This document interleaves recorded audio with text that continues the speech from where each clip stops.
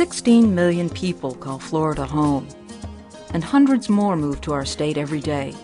Hidden away from these millions is another Florida, a wild Florida, trying to avoid the encroachment of humans. Wading birds like ibises, herons, storks, and spoonbills, and shorebirds like sandpipers and plovers inhabit a unique ecosystem of shorelines and wetlands. Many of these birds live in this habitat year-round. Others use these special places as winter homes or stopover points during migration. And on once isolated stretches of beach and along inland waterways, more than 60 species of wading birds and shorebirds are fighting for a piece of these shrinking resources and losing the battle. Human encroachment is the main cause of the shrinking bird populations. But just disturbing these birds during their routine activities can cause huge problems. Some of the most sensitive birds are ground nesters like terns, plovers, and skimmers.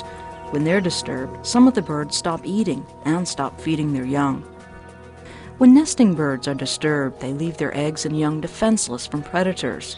Large birds can even kick eggs and chicks out of the nest as they fly away. Even the sun can kill a chick if there's no adult to shade it. An egg left in direct sunlight for more than 20 minutes won't hatch. There's a little blue heron, the little blue guy, and then the great blue heron.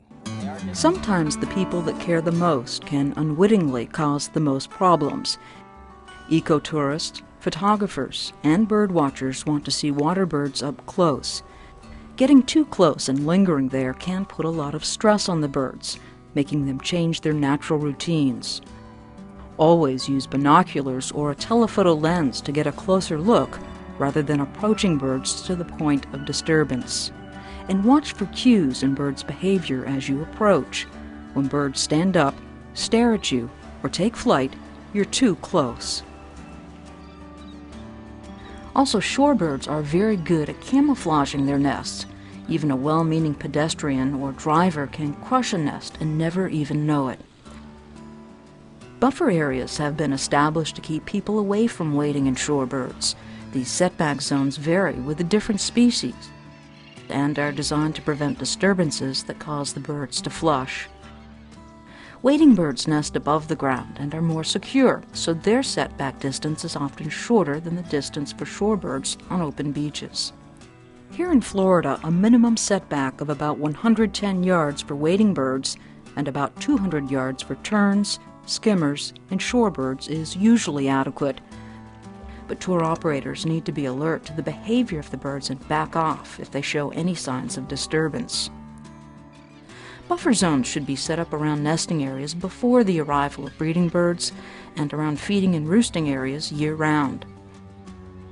Some allowances for closer viewing can be made if certain precautions are taken. Another threat to shore and wading birds is pets. Free-roaming cats and dogs can destroy a colony in a very short time. Keep all pets off beaches where birds congregate, especially during breeding. You can help protect these unique birds.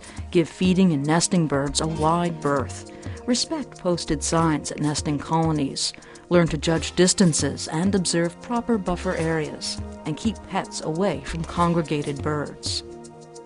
Shore and wading birds are a special part of Florida, but their part of Florida is getting smaller. Do your part to protect these unique birds.